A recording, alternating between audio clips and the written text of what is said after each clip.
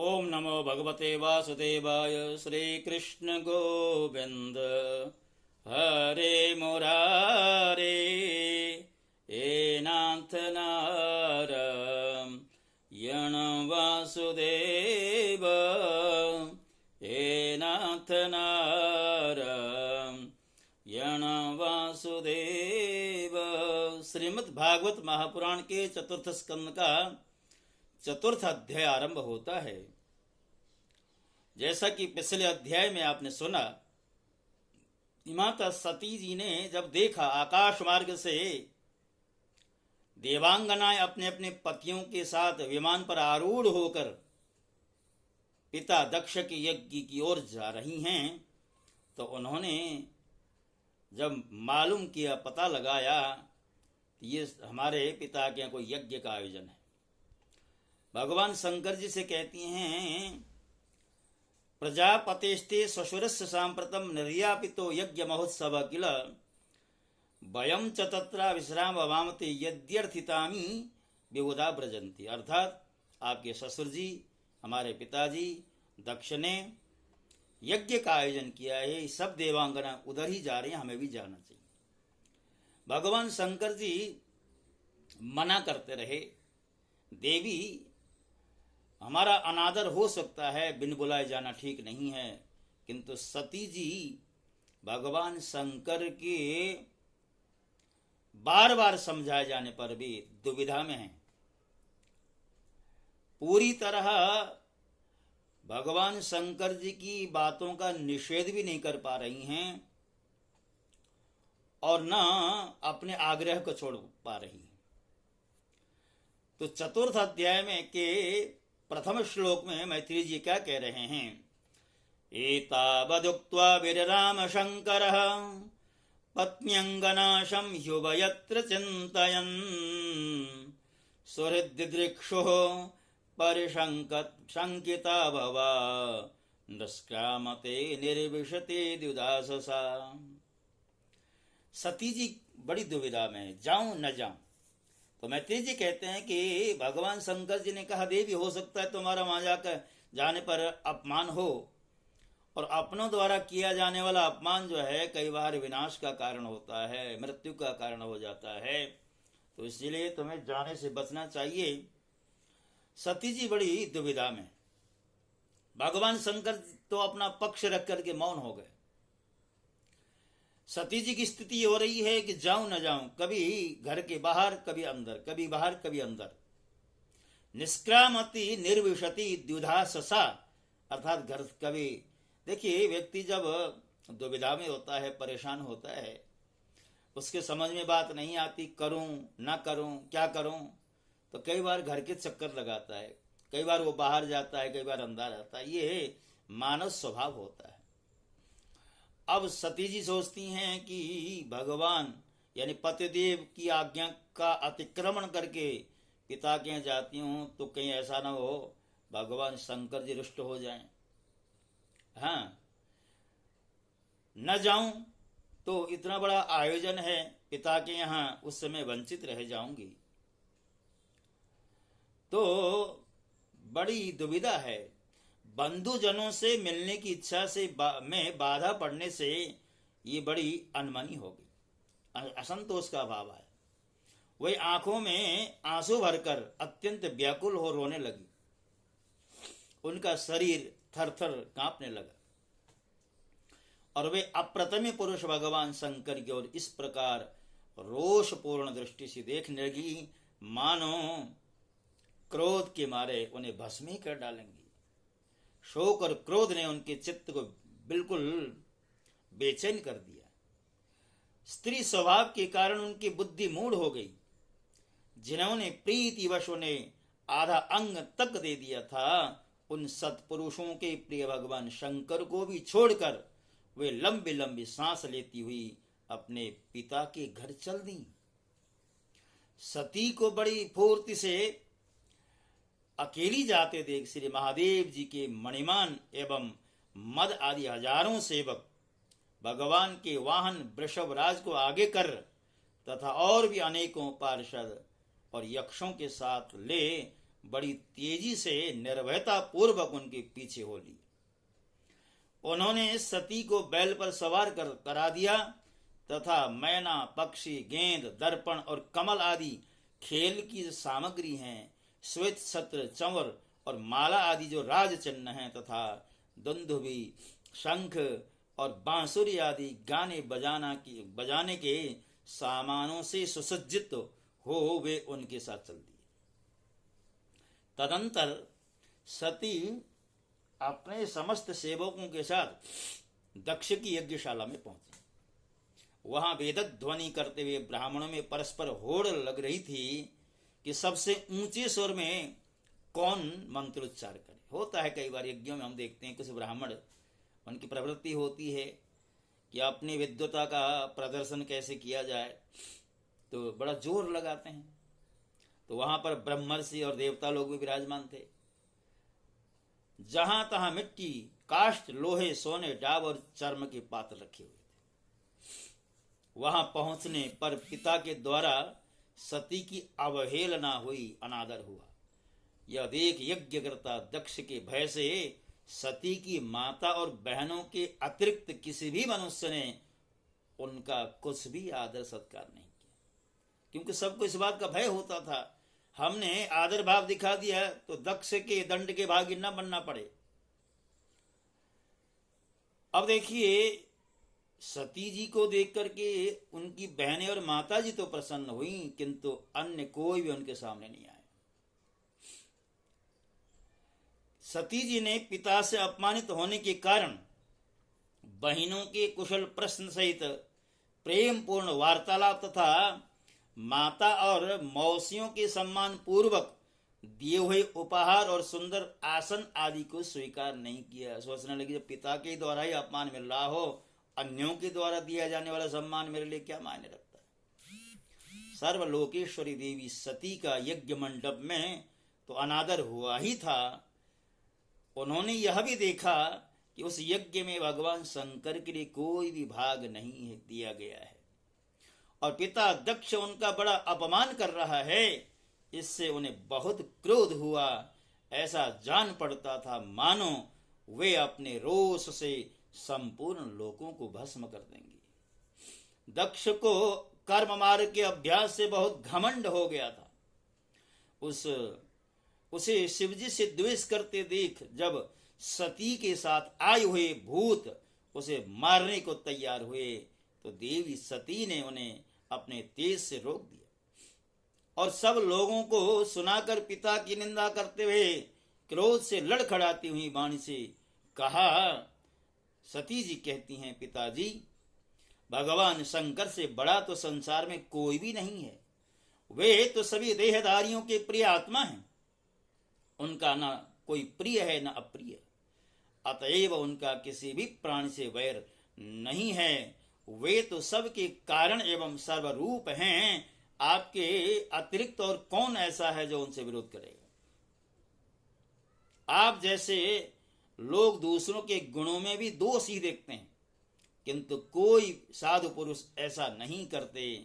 जो लोग दोष देखने की बात तो अलग रही, दूसरों के थोड़े से गुण को भी बड़े रूप में देखना चाहते हैं, वे सब में श्रेष्ठ हैं। खेद है कि आपने ऐसे महापुरुषों पर भी दोषारोपण किया है। जो दुष्ट मनुष्य इस शवरूप जड़ शरीर को यह आत्मा मानते हैं, वे यदि ईर्ष्यावश सर्वदा ही महापुरुषों की निंदा करें तो यह कोई आश्चर्य की बात नहीं है, क्योंकि महापुरुष तो उनकी इस चेष्टा पर कोई ध्यान नहीं देते, परंतु उनके चरणों की धूलि उनके इस अपराध को न सहकर उनका तेज नष्ट कर देती है। अतः महापुरुषों के निंदा जैसा जघन्य कार्य उन दुष्ट पुरुषों को ही शोभा देता है।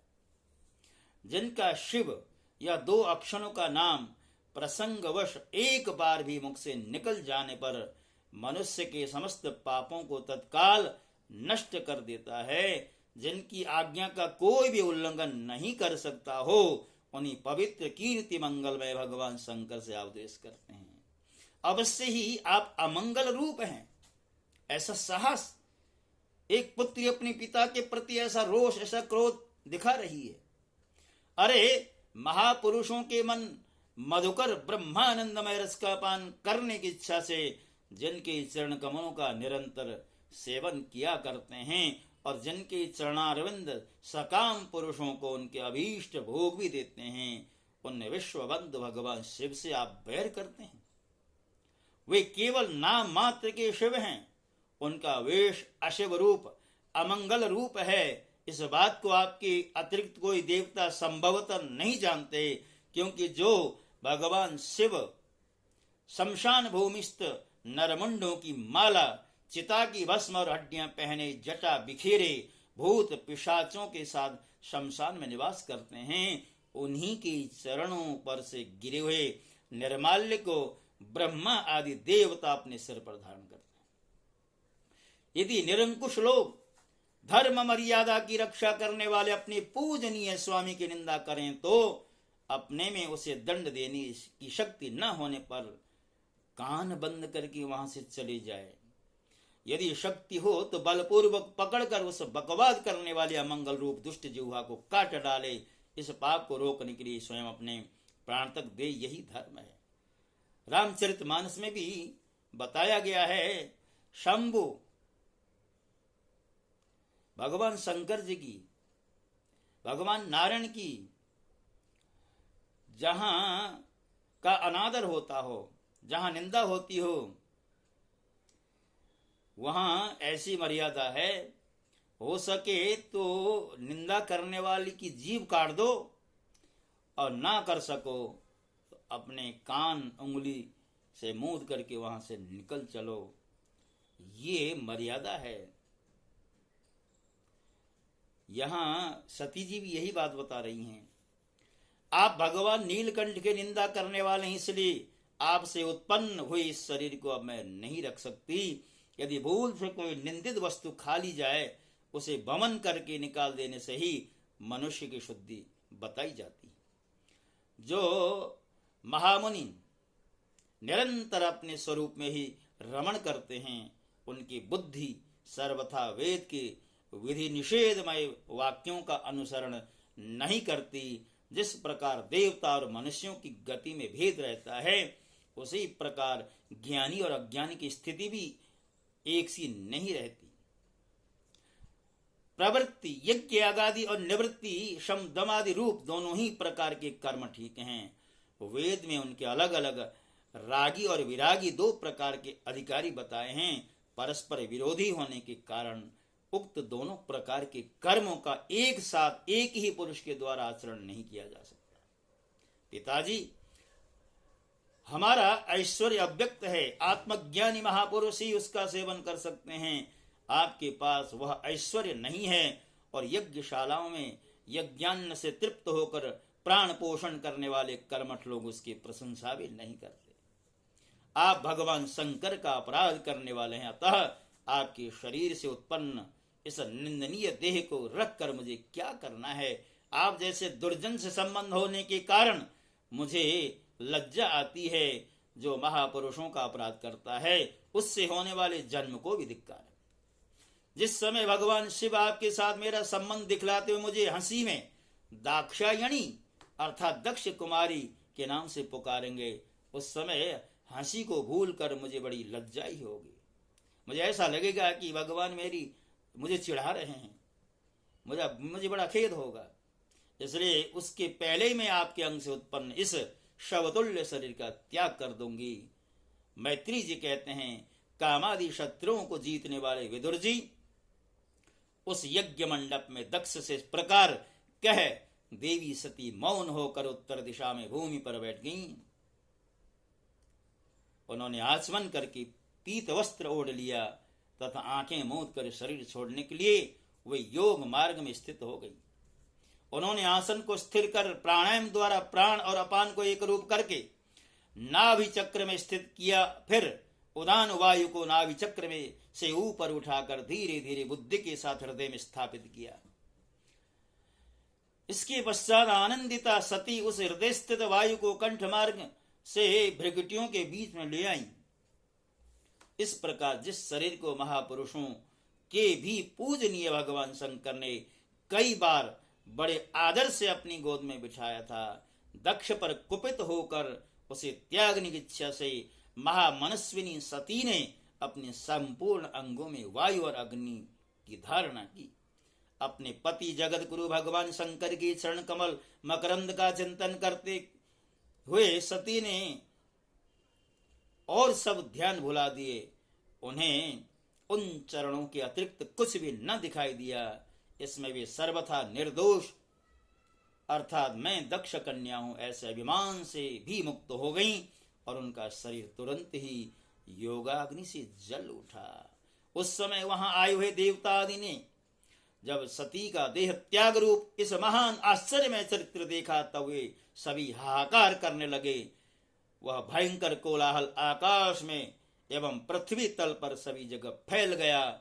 सब और यही सुनाई देता था, हाय दक्ष के दुर्व्यवहार से कुपित होकर देवादिदेव महादेव की प्रिया सती ने प्राण त्याग दिए। देखो सारे चराचर जीव इस दक्ष प्रजापति की ही संतान हैं, फिर भी इसने कैसी भारी दुष्टता की है। इसकी पुत्री शुद्ध हृदया सती सदा ही मान पान के योग्य थी, किंतु इसने इसका ऐसा निरादर किया कि उसने प्राण त्याग दिए। वास्तव में यह बड़ा ही असहिष्णु और ब्राह्मण द्रोही है।